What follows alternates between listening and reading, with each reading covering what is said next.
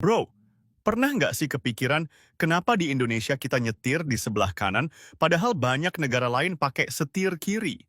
Nah, ternyata jawabannya punya sejarah panjang, Sob. Yuk kita bahas. Jadi, Indonesia termasuk salah satu dari sedikit negara yang pakai posisi berkendara setir kanan.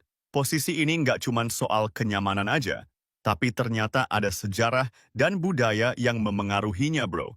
Dunia ini terbagi jadi dua standar berkendara.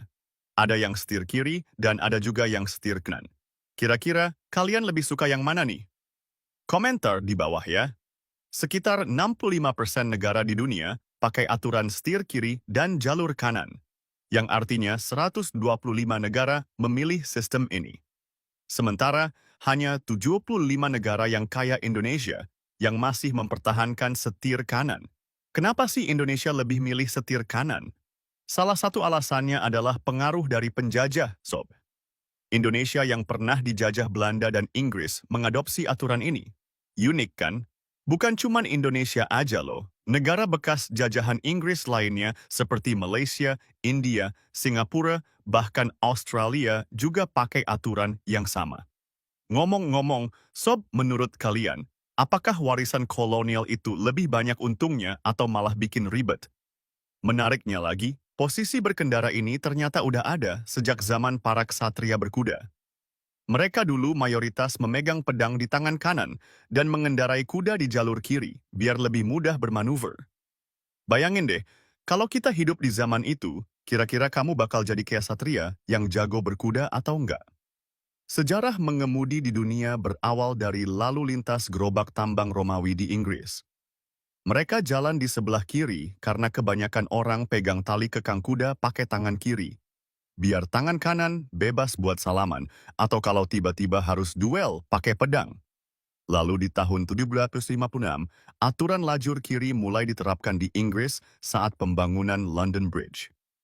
Ini jadi awal resmi aturan nyetir di kiri di Inggris. Kalian lebih suka nyetir di kiri atau kanan, bro? Lanjut lagi. Tradisi ini dibawa Inggris ke banyak negara koloni mereka. Nah, pada tahun 1835, Inggris bahkan membuat undang-undang yang menetapkan lalu lintas harus tetap di jalur kiri. Kalian tahu nggak sih, Sob, kenapa sampai sekarang aturan ini masih bertahan di beberapa negara? Coba tebak. Tapi, ada juga yang beralih ke jalur kanan, terutama setelah Revolusi Prancis.